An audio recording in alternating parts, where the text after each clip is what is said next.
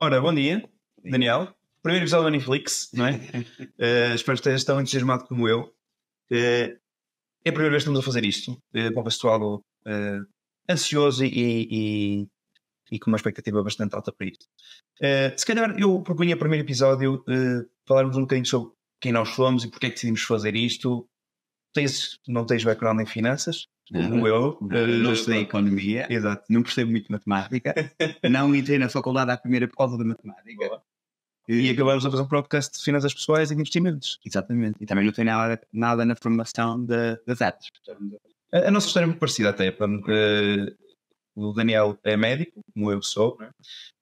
E o que é que te fez apaixonar-te aqui por esta parte das finanças pessoais? Quando é que foi? Tu estiveste o clique antes de mim. Eu depois acabei por me perceber que tu já estavas neste mundo e depois apanhei o comboio contigo. Tive alguns anos. Primeiro lembro-me de ser jovem e de pensar sempre que as pessoas do mundo das finanças deviam falar numa linguagem que eu não compreendia.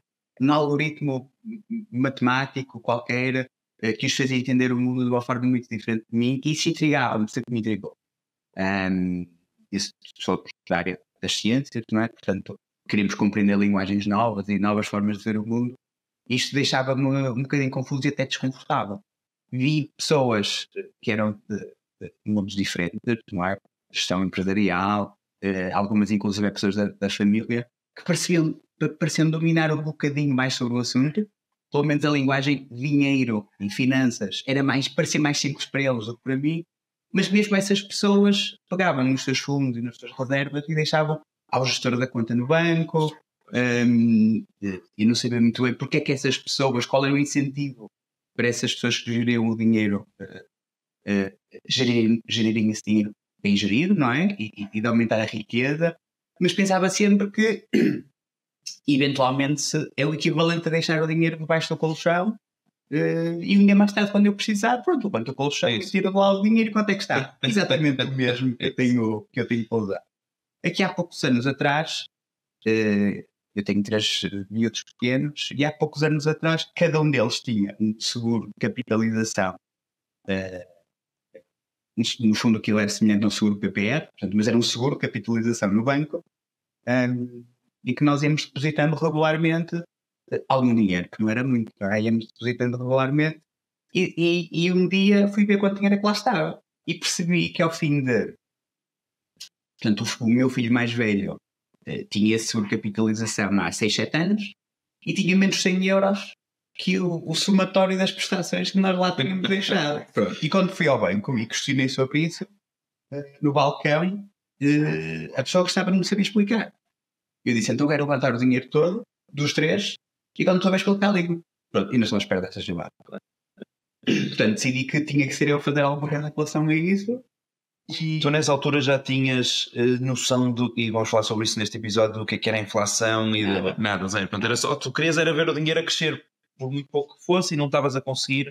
Mas foi uma luta que eu tive também. Eu rapidamente me apercebi que, e certamente é para as pessoas, mas as pessoas com quem eu contactei dos bancos sabiam a uma certa altura, e não foi uma altura muito precoce, ou seja, mas sabiam menos do que eu. Portanto, eu achei que realmente também tinha que começar a bater isto sozinho. A minha decisão foi um bocadinho olhar para o futuro.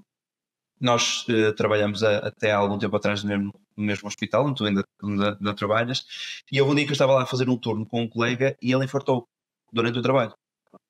E na altura teve mal, teve internado na cirurgia cardiothorácica, e quando teve alta, e eu não te quero mentir, mas eu acho que trouxe, e vou dizer 3 semanas depois, estava eu a fazer outro turno lá e ele aparece para trabalhar. Eu disse, então, mas está aqui... Acho que cedo que estamos a falar. Eu disse, mas então, aconteceu uma coisa tão grave. E eu pensava, se fosse eu, quer dizer, eu se calhar nem pensava mais em trabalhar neles. Eu já estava formado na altura do público. E ele disse que precisava do dinheiro. E aquilo bateu-me de tal maneira forte que eu pensei, eu não quero isto para mim. Portanto, foi esse o clique que me fez pensar, ok, eu quando tiver a idade de reformar, quero poder reformar-me efetivamente. Depois evoluiu para eu querer reformar-me mais cedo e ter liberdade, que é no fundo isso que é o movimento FIRE, é mais do que reforma, é a liberdade. Mas foi um bocadinho a seu clique e foi um clique forte. Portanto, começamos os dois a estudar em alturas diferentes, um bocadinho mais cedo do que eu, mas curiosamente, quando eu descobri que tu estavas nesta senda e começamos a falar sobre isso, também reparei que chegamos rapidamente à mesma conclusão, que era os produtos, os podcasts, enfim, a literatura que havia em Portugal, feita por portugueses, era ótima, mas era muito superficial. Achaste isso também? Achei isso. E rapidamente nas conversas que vamos tendo, vamos percebendo que atenção, eu tenho que ser transparente também em relação a uma coisa. Quando isto me começou a incomodar,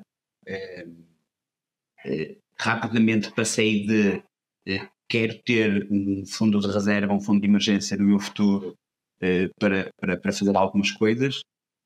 Nunca pensei que isso podia ser grande. Pensei que ok, vai dar para uma viagem ou outra e pouco mais do que isso. Não tinha noção da escala quase geográfica que o juro composto, que já vamos falar um bocadinho mais daqui à frente, nos permite alavancar esta viagem.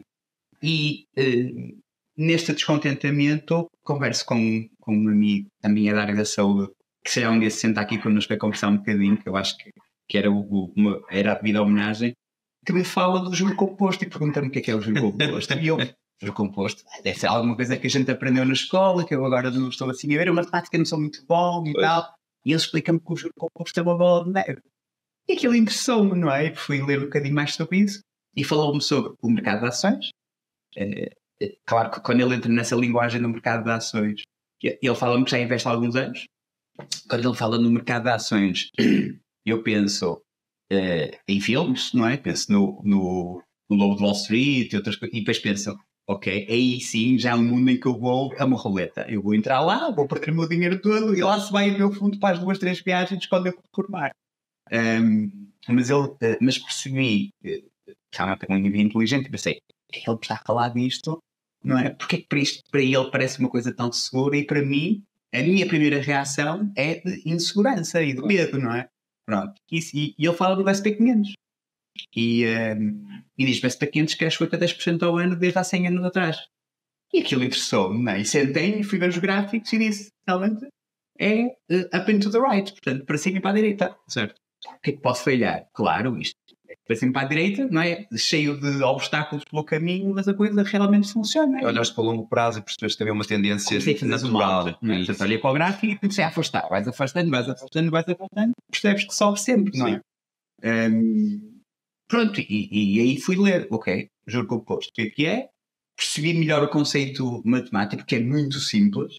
Portanto, não preciso de saber fazer matrizes nem integrais, não é? É muito simples. E percebi que aquilo está ao alcance de todos, não é? Ele disse-me uma coisa que eu nunca... Foi das primeiras conversas que eu nunca tinha percebido muito bem e que hoje já consigo perceber. Ele falou-me na Amazon. E começa a conhece a Amazon? Claro. Quem é que não conhece a Amazon? Certo. Hoje até sabemos e discutimos às vezes outros pormenores mais engraçados sobre a própria empresa, que eu na altura não percebi. A coisa que eu sabia sobre a Amazon é que tinha uma péssima ideia de Jeff Bezos. Okay. Achava só que era um indivíduo com profundo respeito pelo mundo e hoje acho que era um indivíduo brilhante. Percebe muito mais sobre estas conversas, claro, não é? Do que eu. Mas é engraçado que a nossa opinião sobre o mundo e sobre acho que começamos a conseguir avaliar o mundo, as empresas e as pessoas de uma forma ligeiramente diferente. É engraçado, também senti isso. Muito diferente. Sei lá, porque é que nós temos que, cada vez que falamos da Tesla, porque é que temos que falar do Elon Musk e dizer o quanto nós não gostamos do indivíduo? Ok, eu também não aprecio as tendências políticas dele, claro, e tudo mais. Mas realmente... Consegues avaliá-lo como empreendedor e como empresário? Claro. É um modelo de negócio. É um monstro absurdo de empreendedorismo, sabe? E ok, posso não gostar que ele se alia a este ou aquele indivíduo numa imagem negativa sobre o mundo. Mas pronto, tem o perfil dele, como todos nós temos. Claro. Isso não é um atropelo para ninguém que eu o faça. Mas ainda voltando na Amazon, eu pensava, ok, Jeff Bezos deve perceber sobre livros, porque ele montou uma livraria online, não é? E não, aquilo era o início para ele. Ele precisava de alguma forma de financiar um negócio que hoje é da cloud. Não é? Portanto, nunca ninguém pensou nas coisas como ele pensou e projetou muito mais à frente. E na altura esse amigo disse-me assim, se tu investisses 1.000 euros ou 1.000 dólares na Amazon em 97, quanto dinheiro tinhas hoje? E eu nunca tinha pensado em nenhuma conta desta forma, não é? E eu pensei, ok, era legítimo eu não ter investido em 97. 97, se calhar já tinha ouvido falar da Amazon, já nem sei bem. Pronto. E dava alguns milhões. E eu pensei, que absurdo. Tenho de descobrir a próxima Amazon. Sim, esse é o grande problema, esse é aquilo que toda a gente quer fazer e que é muito difícil. Voltando um bocadinho atrás, portanto, nós começamos a estudar e naturalmente eu fiquei primeiro no que é que havia no mercado nacional. Há alguns podcasts muito conhecidos que me deram uma bagagem importante, ou seja, o que era coisas básicas, o que é era o fundo de emergência, o que é que são ações, mas depois eu cheguei a uma parte em que eu já sabia isso tudo e eu queria mais, eu queria saber. É rápido. É rápido, é sempre rápido. Não? Uma semana bem empenhado, ficas a saber, depois precisas de mais. Como é que escolhes uma corretora? Porque depois eu sinto que há uma espécie de um tabu e que as pessoas não dizem o que é que fazem, em que é que investem, que corretoras é que utilizam e que outras coisas é que há para além do que elas fazem, que também têm vantagens e desvantagens. E portanto começamos a falar e começamos a perceber que isto também tinha a mesma opinião e que havia muita gente que estava nesta fase e que também tinha esta dificuldade. E quando isso surgiu, fomos investindo, fomos maturando os nossos conhecimentos e agora achamos que chegou a altura de tentar dar um boost aqui a esta parte um bocadinho mais menos falada do investimento. Portanto, o que acho que as pessoas podem esperar é conversas, aliás, como podem ver, um ambiente muito descontraído em que vamos trazer convidados, temos agora até já uma sessão marcada para o final deste mês, em que vamos falar sobre investimentos de forma sem tabus, de forma simples e em que as pessoas podem esperar que nós aprofundemos de facto os temas. Análise de empresas, análise de ETFs, táticas, técnicas de investimento e de análise corporativa. Tudo simples. Tudo para as pessoas perceberem, pronto. Mas a ideia da ferramentas não é de todo nada que nós vamos fazer é aconselhamento financeiro, vamos dizer aquilo que nós fazemos e dar ferramentas para as pessoas poderem fazer a interpretação delas e fazer os investimentos delas com segurança. Acho que podemos, se calhar, falar, ainda antes de falar no juro composto, uma das coisas que eu acho que é mais importante nós percebermos e que eu acho que é muito difícil explicar é o conceito de inflação. Uma das coisas que me custou a meter na cabeça foi que é mais provável de eu perder dinheiro numa conta a prazo num banco do que investindo em ações. Claro. Aliás, a probabilidade de perder dinheiro numa conta a prazo é de 100% por causa da inflação. E esse é o negócio do banco. Claro, ou seja, o dinheiro numa conta a prazo é sempre para perder dinheiro. Fala-nos sobre a inflação. É assim, a inflação vamos começar por catalogá-la no seu poder. Inflação é a bomba atómica da economia e nós nunca conseguimos configurar isto desta forma. Achamos que é só a notícia do rodapé na televisão. A inflação subiu. A inflação desceu, não é? Pronto. Sempre que a inflação é positiva, e nós queremos que a inflação seja positiva, porque isso faz a economia crescer, mas sempre que queremos é que seja moderada. 2, 3% é o que dizem os livros. Mas esses 2, 3% são a velocidade de crescimento dos preços. Portanto, se a inflação está em 8% e desce para 4%, os preços estão a subir na mesma, só que estão a subir a uma velocidade inferior. Pronto. O que acontece é que se a inflação estiver nos 10%, porque é que ela subiu tanto? Começamos por aí. Nós tivemos uma pandemia, portanto, há vários marcos históricos e vários eventos que vão provocando movimentos inflacionários e movimentos deflacionários.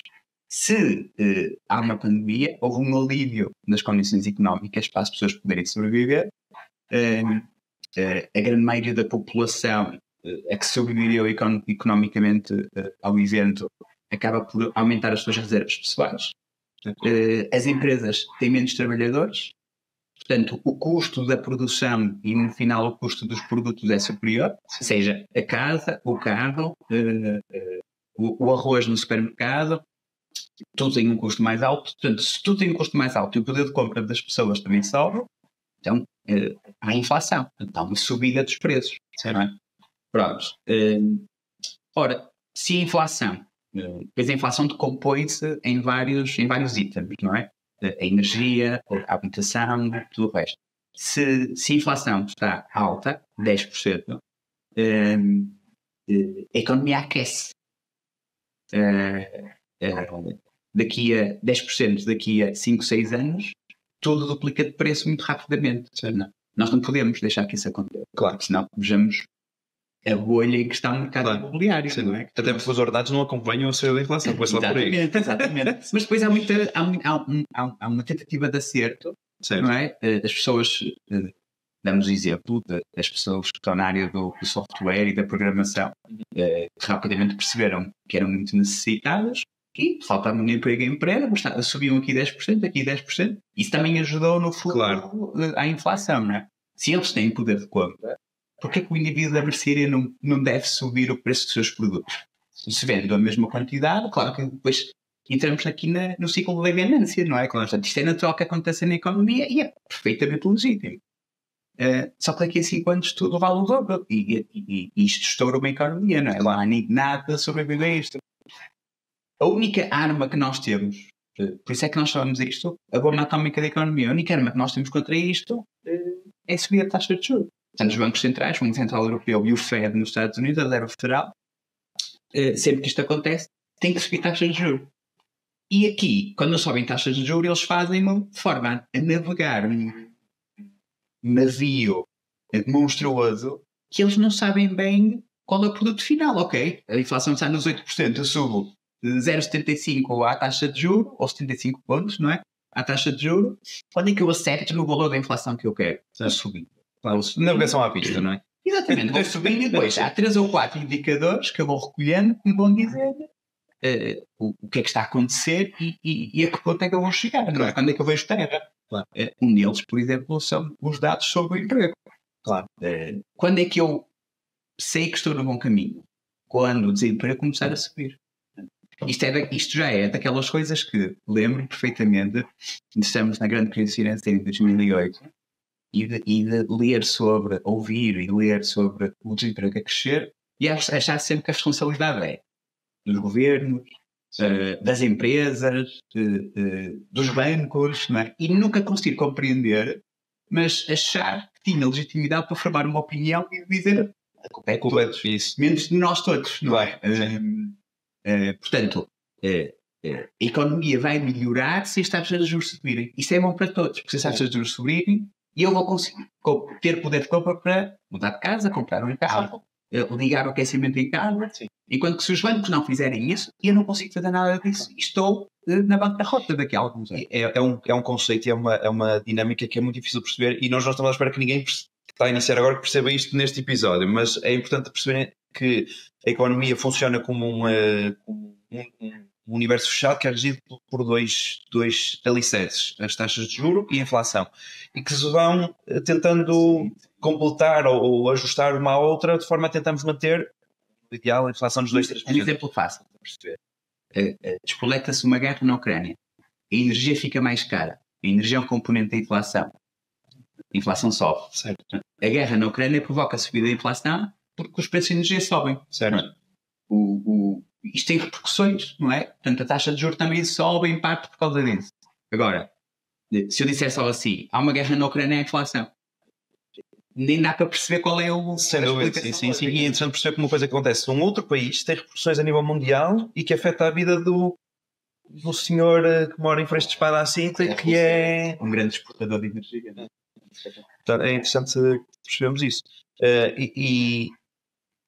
Portanto, compreender um bocadinho deste conceito de inflação, é importante sabermos que a inflação nas últimas dezenas de anos em Portugal, a inflação média foi de 8%. Eu não tinha noção nenhuma disto quando fui estudar isto, fiquei francamente assustado. O que quer dizer que o nosso dinheiro desvaloriza 8% ao ano. É o que quer dizer, em média. Portanto, se nós pensamos que as taxas de juros nos pontos aparados até há bem pouco tempo atrás, agora estão um bocadinho melhores, mas estavam 1%. Meio. Eles têm sempre um lag, não é? Claro, exatamente. Portanto, ou seja, eu pensei assim, ok, nos últimos anos estive a perder 7% ao ano. Qual é que era a minha dificuldade e qual é que eu acho que é a mais dificuldade das pessoas? É que o valor nominal não muda. Ou seja, se eu tiver 1000 euros numa conta a prazo hoje, daqui a 10 anos eu tenho lá 1010 euros. Portanto, eu fiquei mais rico 10 euros.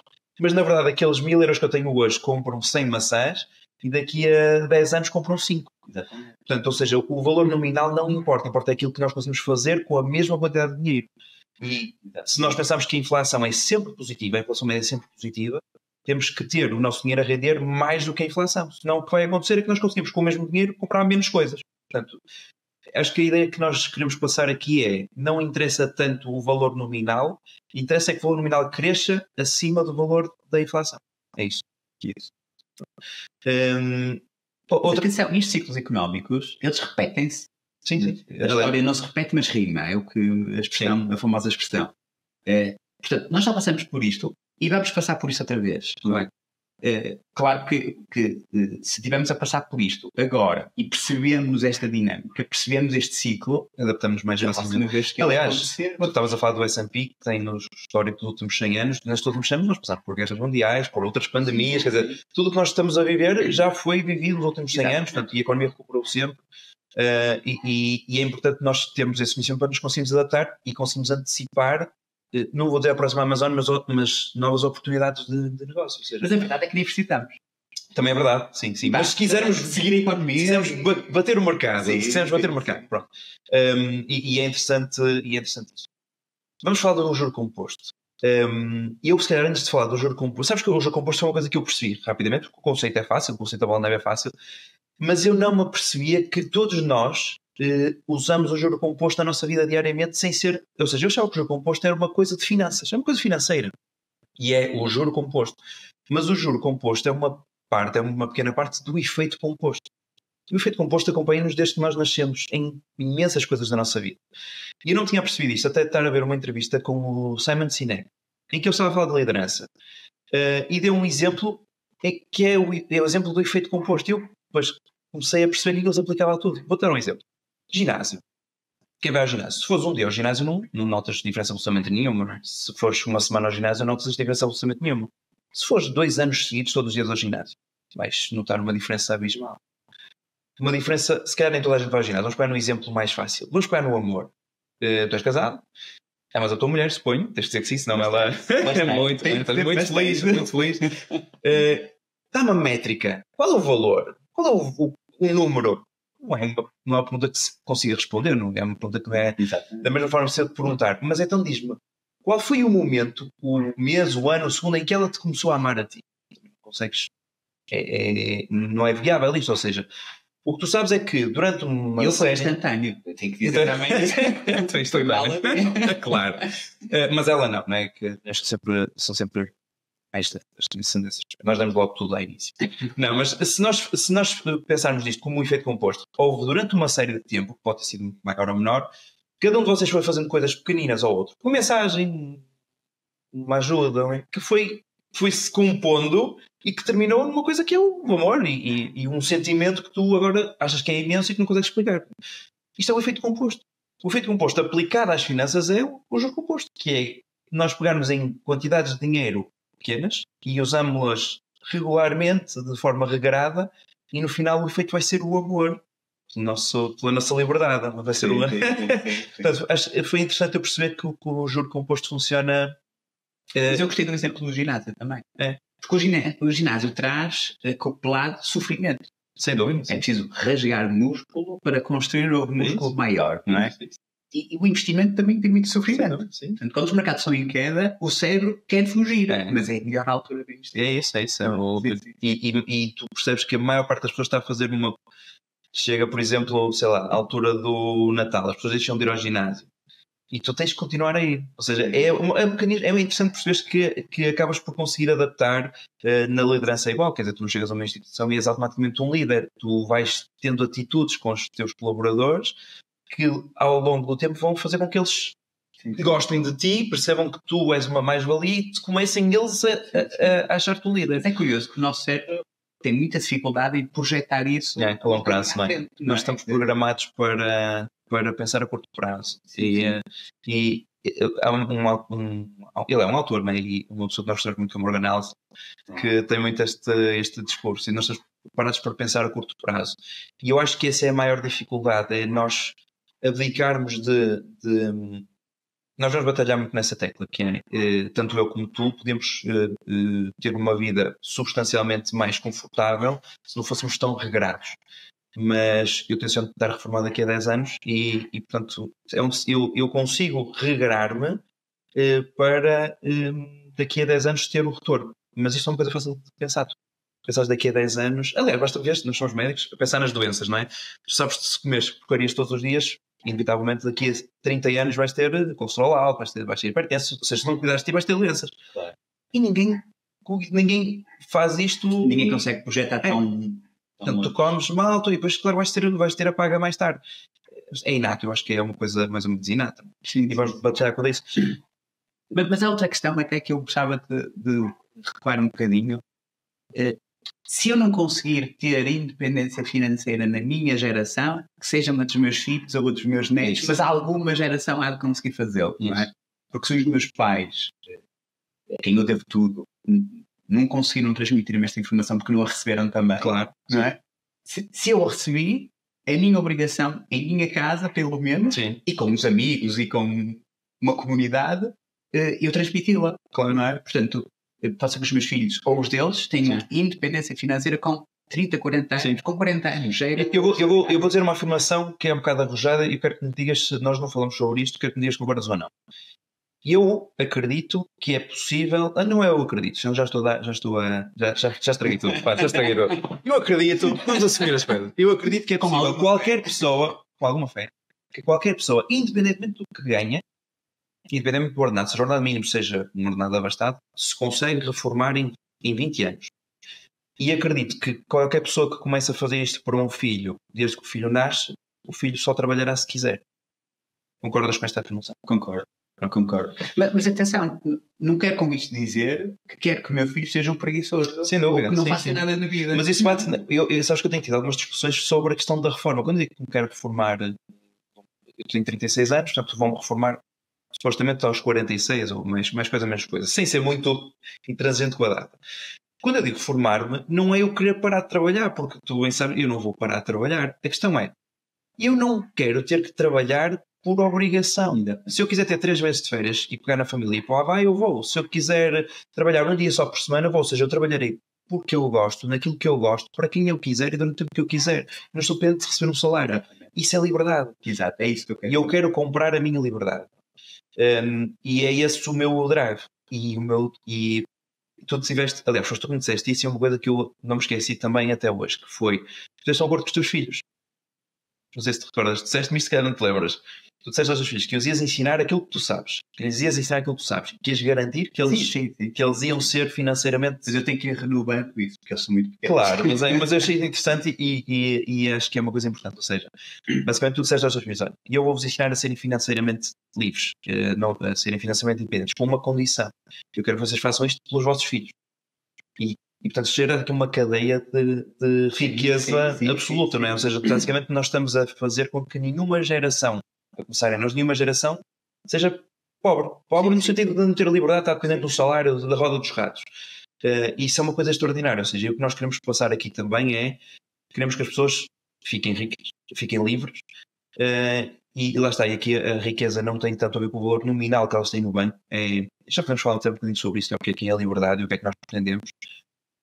Porque eu posso ser livre com 200 mil euros, eu posso ser livre com 1 milhão, ou seja, depende das tuas expectativas, da maneira como tu vives a tua vida. Mas nós queremos que as pessoas sejam livres, mas que permitam que a descendência dela também tenha essa possibilidade. Ou seja, vamos gerar riqueza contínua e composta. Riqueza composta. Nós fazemos o juro composto da riqueza familiar. E não é só riqueza financeira. Que há uns anos, nós fizemos uma viagem com os meus em plena pandemia. Eu tinha passado muito tempo sem conseguir ter férias. Eu sei. Mas precisávamos de viajar. E a única forma segura de o fazermos era...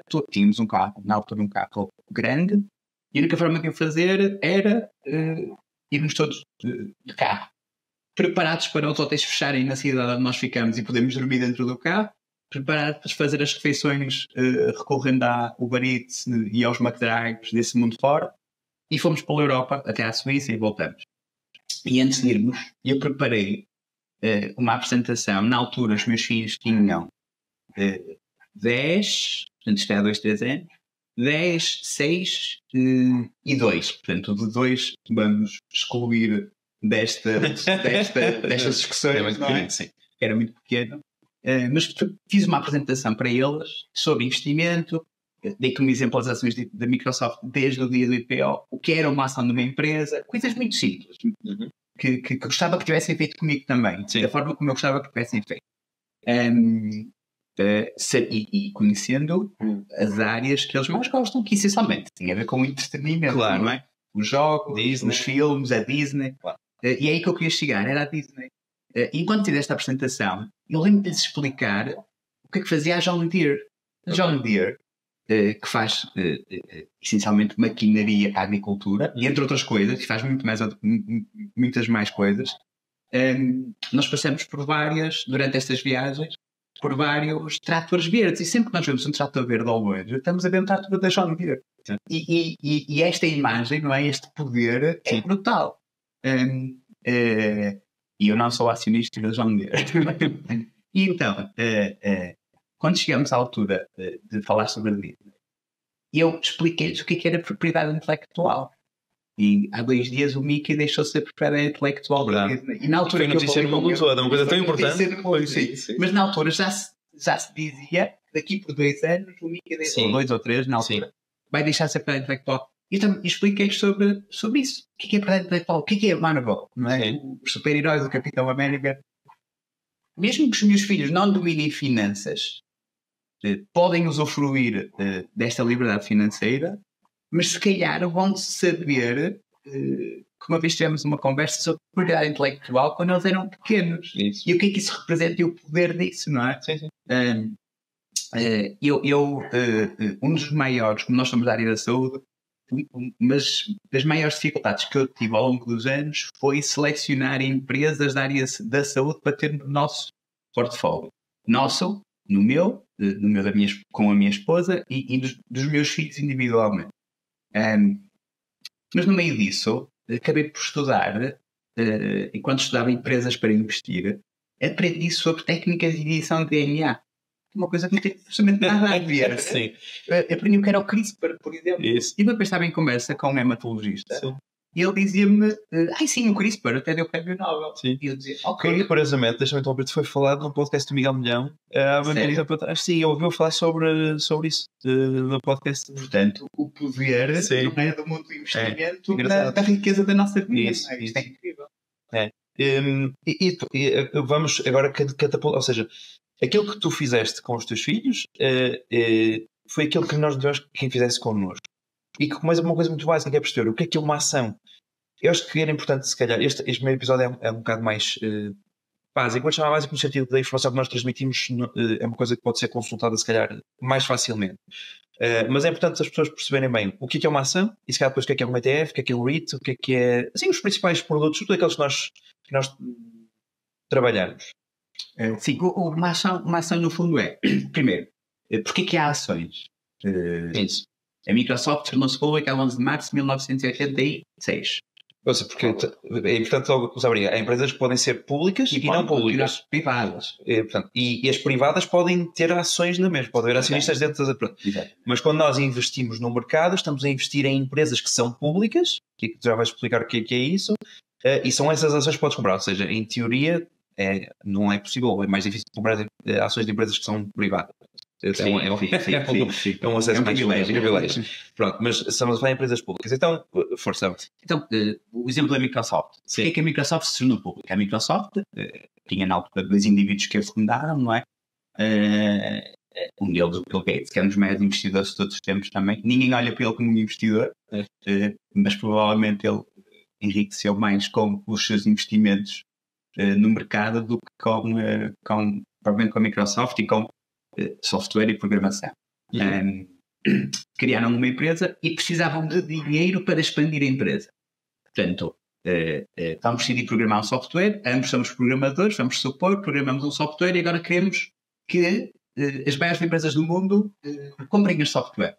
Eu tenho que fazer este software chegar à Microsoft, à Adobe e outras empresas semelhantes, e para isso eu preciso de publicidade, por exemplo. Tenho que contratar uma equipa que vai lá vender, ou publicidade, ou vendedores, o que seja. Portanto, preciso de dinheiro. Como é que eu me consigo capitalizar? Compro dívida. Portanto, vou ao banco, peço dinheiro, o banco olha para mim e diz, mostra-me o teu credit score, mostra-me as suas finanças e dizem, pá, primeiro emprego, eu até posso ter um potencial brutal. Portanto, eu já estou chumbado à partida. Claro, não vou conseguir $1 milhão, por exemplo, que é aquilo que eu preciso para ter uma escala planetária. Não é? Claro. O que é que eu posso fazer? Ir recorrer a empresas associadas ao investimento, não é? E dizer, pá, eu tenho aqui um produto que é brutal e que vai mudar o mundo e preciso que vocês me ajudem a crescer.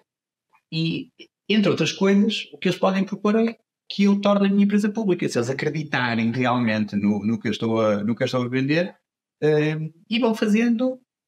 Primeiro, habitualmente isso começa com o venture capital, ou seja, empresas que fazem um recrutamento mais pessoal, não é? Um amigo fala com um amigo, fazem algumas sessões, aparecem investidores mais pequenos, habitualmente, vão ganhando dinheiro e nós estamos em dívida, por assim dizer, com essas pessoas, não é? E parte dos nossos rendimentos vão ser canalizados para aí. No final destes pequenas bolsas de crescimento que nós vamos tendo, podemos tornar a nossa empresa pública. É cotada em bolsa e no momento do IPO, portanto, da oferta pública inicial,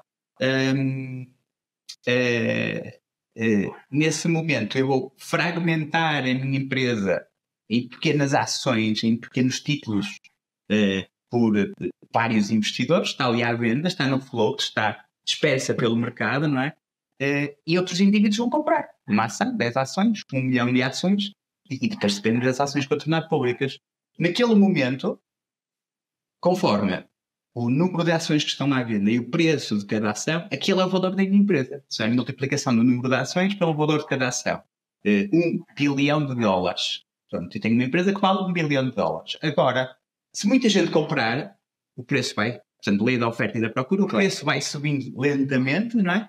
E daqui a 3 dias pode valer 13 bilhões de dólares, por assim dizer. Aconteceu com as grandes empresas. Muitas delas, não é? Exatamente.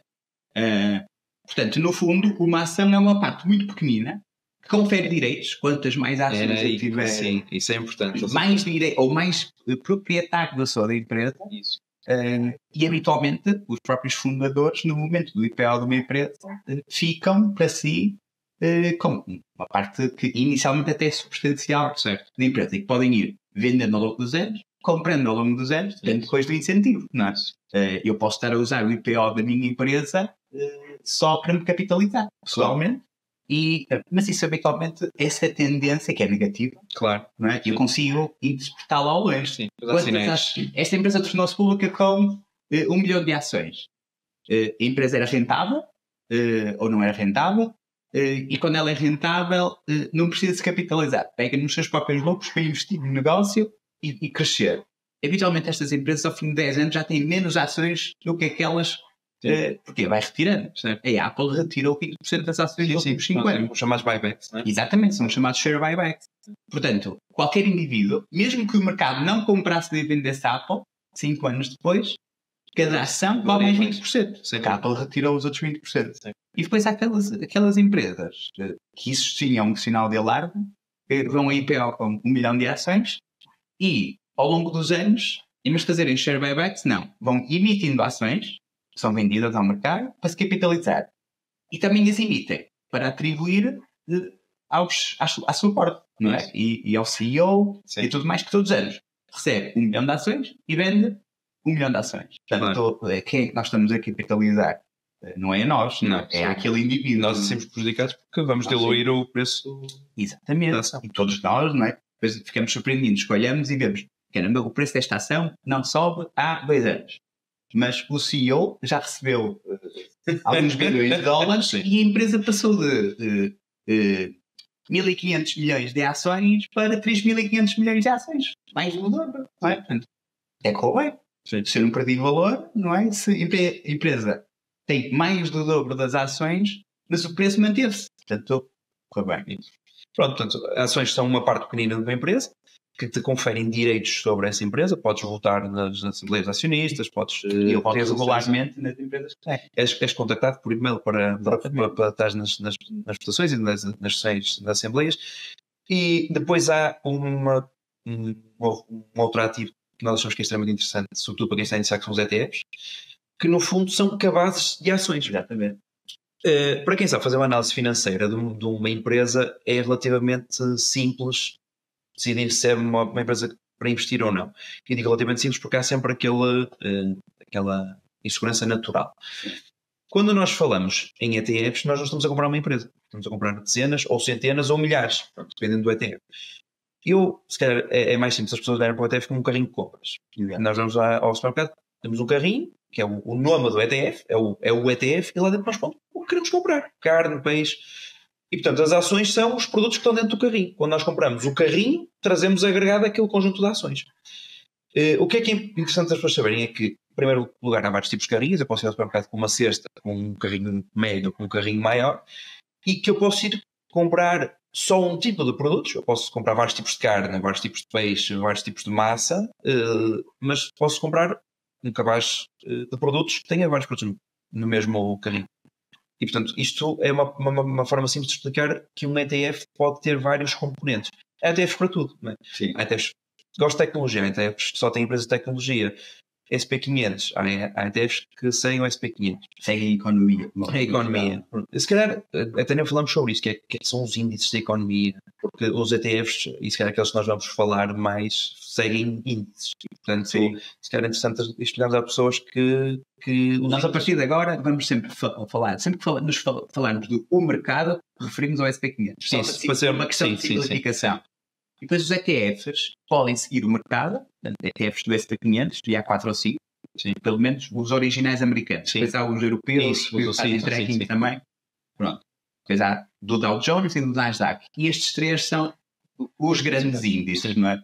O SP500, aquele que é mais universal, segue de uma forma geral a economia. O Dow Jones, a própria forma como ele é construído, é o mais arcaico, não é? E inicialmente era ele que representava a economia. Curiosamente é um que nós gostamos particularmente. E é um que nós gostamos particularmente. sim, sem dúvida. Aliás, eu neste momento posso dizer que não tenho nenhum ETF do SP500 e tenho o Dow Jones também. Mas somos defensores do SP500. Mas atenção, eu ao longo do meu percurso passei do entusiasmo de valorizar empresas que eu acreditava que podiam mudar o mundo, independentemente da execução desse plano. Sim. Portanto, muitas empresas rentáveis e muitas não rentáveis. Não é? Portanto, deste domínio do risco aumentado. Isso. O Dow Jones só tem empresas rentáveis. É isso. Portanto, isto entusiasma mais. Claro. E até numa perspectiva de retorno contínuo a longo prazo. Que é isso que nós estamos a procurar. Exatamente. E empresas que são amigáveis para os acionistas. Isso. Não é? Se eu te disser assim, e isto foi uma conversa curiosa que tive com a minha esposa há dias no carro. Sim, às vezes nós também, se ela é boa, também falarmos sobre isso. Economia, sim. Ontem à noite a minha colega dizia-me, anteontem, olha, depois um dia, quando estivermos aqui, ao fim destes anos, que vamos falando sobre isto, vamos sentar-nos os dois e vamos renovar a nossa apresentação aos miúdos. Quando analisas uma empresa, vamos escolher 10 pontos que achamos que são fundamentais, depois falar sobre isso, para que um dia possam eles fazer também esta análise, não é? E fazerem boas escolhas no futuro. Mas íamos no carro e estávamos a falar sobre o nosso dueto preferido, Charlie Munger e Warren Buffett, não é? E porquê que eles são, às vezes, seguem uma tendência contrária. Coisas que eles diziam, principalmente Warren Buffett, que ninguém está à espera de ouvir. E que realmente, depois de pensarmos um bocadinho, percebemos que faz todo sentido. Sim. Um dos melhores, se não o melhor investidor, investimento ao longo dos últimos, eu não dizer séculos, são os caminhos de terra. E tu dizes, mas isso é uma coisa que... porque é que os caminhos estão. E isso é um DNA, pronto, é uma linguagem que eu sim, parece uma coisa muito arcaica e muito pouco importante, não é? Parece uma coisa pouco importante. Mas, em termos de Return on Invested Capital, portanto, capital que no fundo é devolvido a todos os stakeholders. Stakeholders são os stockholders, mais o negócio em si, não é? Portanto, as boards e as próprias empresas são dos mais altos da história. E não foi só há alguns anos, continua a ser. Se tu quiseres te tornar a CP, como fazes? Constróis uma linha de ferro, não é? Quantos anos demoras, quanto dinheiro precisas? Portanto, eles têm uma vantagem competitiva em relação aos outros, que é inultrapassável. É um conceito não é? que tu me ensinaste também, que é o moat. É o moat, que não há uma palavra. O moat é o fosso à volta do castelo. Isso. Quanto mais for de força à volta do teu castelo, mais protegido estás, mais vantagem competitiva tens. Visa e Mastercard. Claro. Quem é que consegue destronar? Eles são os caminhos de ferro dos pagamentos eletrónicos. Portanto, ninguém os consegue destronar.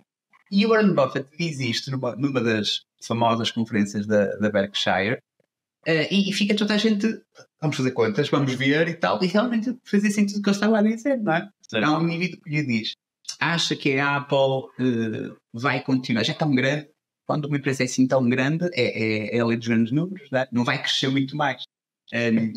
Mas acha que a Apple vai continuar a ter um moat?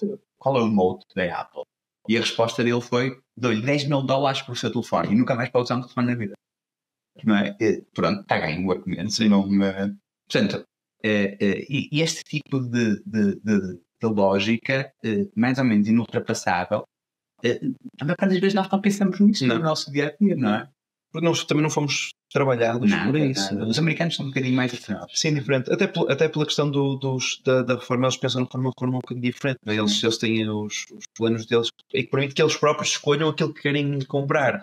Agora nós nos limitamos a investimento automático. Nós não temos formas de investimento automático na nossa vida. A nossa empresa não tem, algumas têm, não tem um fundo onde desvia parte do nosso vencimento sem que ele sequer chegue a nós. Portanto, nós esquecemos que ele existe. Isso eu acho que é ótimo, não é? Para um fundo de investimento. E quando nós temos empresa onde nos reformamos, aquele bolo é nosso. Isso. Não é? E nós não pensamos nele durante anos. E eu percebo que nós possamos pensar que estamos se calhar a falar de vencimentos altos. Não estamos. Estamos a falar de 50 euros em 20 anos. Sim. O poder do juro composto disto é brutal. Nós não somos nenhum de nós é editor de vídeos, aliás nem sei como é que isto vai ficar ou se vamos lançar o vídeo sequer ou se vai ser só podcast, mas nós podemos tentar fazer, se calhar não neste episódio, também já vai um bocadinho longo, mas explicarmos às pessoas isso, porque é que nós dizemos que é possível reformar. Eu compreendo que seja difícil uma pessoa que receba o ordenado mínimo pensar em impossível reformarmos daqui a 20 anos, mas não é, por causa do juro composto. Não é. Se essa pessoa consegue viver com o ordenado mínimo durante 20 anos, de certeza que ao fim dos 20 anos conseguimos arranjar uma forma de ela ter ligado o seu dinheiro de forma a continuar a ter ordenado mínimo com o mesmo estilo de vida. Claro. A questão aqui é essa, é adequar o estilo de vida e depois outro clique que me fez e que é importante também nós começámos a batalhar sobre isto, aliás, é aquele... quando tivemos aqui o André connosco, vai ser um bocadinho por causa disso, que é, há um limite para o que tu podes poupar. Chegas a um ponto em que não consegues poupar mais, mas não há limite para o que tu podes ganhar. E nós não somos, acho que a nossa sociedade no geral não é trabalhada neste sentido, ou seja, nós achamos que o limite é o nosso ordenado e está longe disso. Uma parte importante e que qualquer pessoa pode utilizar sem ter grande tipo de conhecimento são os cashbacks. Sim, exatamente. Portanto, e vamos ajudar que as pessoas também com isso tenham um rendimento extra que não vão canalizar para os seus gastos ou para aumentar os seus gastos para investir. E se nós pensarmos que 20 euros por mês em 20 ou 30 anos é uma soma é muito maior do que a soma conjunta destas parcelas, mas acho que é interessante depois fazermos isto com exemplos mesmo reais de poupança e perceber que não interessa tanto, as pessoas podem dizer, então mas podemos fazer isso com uma conta poupança no banco. Não, estamos a esquecer da inflação. Sim. Ou seja, o juro composto pode ser utilizado também no banco, só que se eu tiver a rentabilizar a 2% ao ano, a inflação média for de 8%, eu vou estar a perder 6% ao ano. Quando pomos esse dinheiro numa conta poupança no banco, de quem é o incentivo? É do banco. Claro. O incentivo é do banco, quer essa conta e quer o nosso dinheiro lá, não é? Claro. Portanto, nós estamos a pagar ao banco, muito mais do que nós próprios. Aquele exemplo clássico de quanto, eu dou um fundo, dou um dinheiro a um fundo, tenho um gestor, ele vai me gerir e ele vai receber 1% ao ano. Daqui a 30 anos, eu vi esta conta há dias, acho que até pus na nossa conta do Instagram. Daqui a 10 anos ele tem uma casa na praia. Não é? Sim. Eu até posso ter 2 milhões, mas ele tem uma casa na praia. Sim. E se eu deixar essa casa na praia para os meus netos, por exemplo, não é? Claro. Mas isto, atenção, numa linguagem simples, não é? Que qualquer indivíduo que não é da área das finanças, conheço dois, o Daniel e o Francisco, sim. Consegue compreender e que só precisa de ultrapassar alguns obstáculos. Quais são? Abrir uma conta de investimento numa corretora. Eu comecei por não saber qual era a melhor, Um amigo sugeriu-me uma, eu abri nessa, e neste momento tenho conta, ainda há pouco comentava, em 4 corretoras diferentes. E todas legítimas, viáveis. E todas elas têm pontos positivos, aliás, tanto é que nós não deixamos de ter conta em nenhuma. Exatamente. Começamos a compreender que determinadas corretoras eram boas para umas coisas, ou que nos davam mais segurança para um determinado tipo de ativos, e outras não. Ou eram melhores para outras e não para esse tipo. E eu ponho o dinheiro naquela corretora e faço um investimento. E daqui a 5 anos, por algum motivo, eu preciso tirar algum dinheiro, ou quero simplesmente transferir de uma corretora porque atingi o limite e quero transferir para outra. Independentemente do motivo, eu faço isso instantaneamente, como transfiro o dinheiro de uma conta do banco, de um banco para outro banco, não é? Mas este passo de eu pegar no meu dinheiro, mandares para um bem internacional, sediado no Chipre, exatamente. Isto gera desconfiança nas pessoas, mas porque é que um mecanismo de regulamentação europeu ou mundial, ou a escala mundial, em corretoras que estão listadas na bolsa, é menos seguro do que o Montepio? Não é? Ou do que o BES? O do que o BES, por exemplo. O que o BES. Nós vamos ter um episódio só para falarmos das corretoras e de como é que se escolhe uma corretora, riscos e dos ETFs e dos índices. Vamos por partes. Mas isso é muito importante, as pessoas perceberem que abrir conta numa corretora é seguríssimo e que, escolhendo uma corretora fidedigna, que a grande maioria que se falam nas comunidades estão, o risco é absolutamente diminuto. Quer dizer, o risco maior que eu vejo seria o risco de fraude, como aconteceu, por exemplo, com o caso do Bernie Madoff, mas que, por exemplo, em empresas que são cotadas em bolsa, será virtualmente impossível isso acontecer, não é? Portanto, estamos a falar disto. Depois falaremos sobre isso, se calhar outro episódio vamos estar aqui a misturar. E se calhar vamos dedicar algum tempo nesta fase de abrir conta na corretora. Sim. Para simplificar, porque as pessoas têm medo. Eu acho que as pessoas têm medo. Sim. Vamos terminar, se calhar. Eu se calhar terminava com... Nós lançamos na nossa... Aproveitamos para dizer que nós temos uma comunidade no WhatsApp, onde vamos dando também inputs e coisas muitíssimo importantes que vão acontecendo no mercado, tirar dúvidas. E temos a página no Instagram que vamos deixar aqui na descrição do perfil, ou do sítio onde tem a ver o podcast, ou do YouTube. Vamos ver como é que vamos carregar isto, pessoas carregar isto. Portanto, podem juntar-se a nós. E entre os nossos várias áreas de conhecimento, também aumentamos esta. Sim, é isso. Eu espero saber um bocadinho mais de redes sociais. Falamos sobre caminhos de ferro, sobre edição de DNA. E agora edição de redes sociais. Mas nós tínhamos deixado na comunidade um desafio que era juntarem 100 euros para terem disponíveis durante o mês de janeiro para investir. Já tivemos feedback que muita gente já chegou a esse limite. Interessante, algumas pessoas que nos disseram que deixaram de fazer determinadas coisas, deixei de ir almoçar fora uma vez por semana, ou de ir ao bar todos os dias tomar café, e conseguirmos juntar esse valor. Lá está o efeito composto, que nas coisas repetidas diariamente vão dar um efeito maior. Mas acreditando que agora este podcast vai chegar a mais gente, vamos mudar o desafio. Nós queremos que até ao final de janeiro queremos incentivar as pessoas a abrirem conta numa corretora e a terem cash disponível para investir. E portanto vamos aumentar este valor. Portanto, vamos sugerir que as pessoas aumentem até aos 200 euros, parece bem, até ao final de mês de janeiro. 200 euros. E vamos até ao final do mês de janeiro tentar libertar aqui um episódio de corretoras e incentivar as pessoas a fazerem a sua... Nós vamos analisar algumas, não é? Dar as nossas opiniões sobre algumas, incentivar a que criem a sua própria corretora, carreguem o dinheiro lá e aprendam os primeiros passos das compras de ativos também. Parece bem? Parece bem, vamos a isso. Pronto, Daniel, foi um gosto de ter-te aqui. Vamos ver como é que isto correu. E falamos em breve.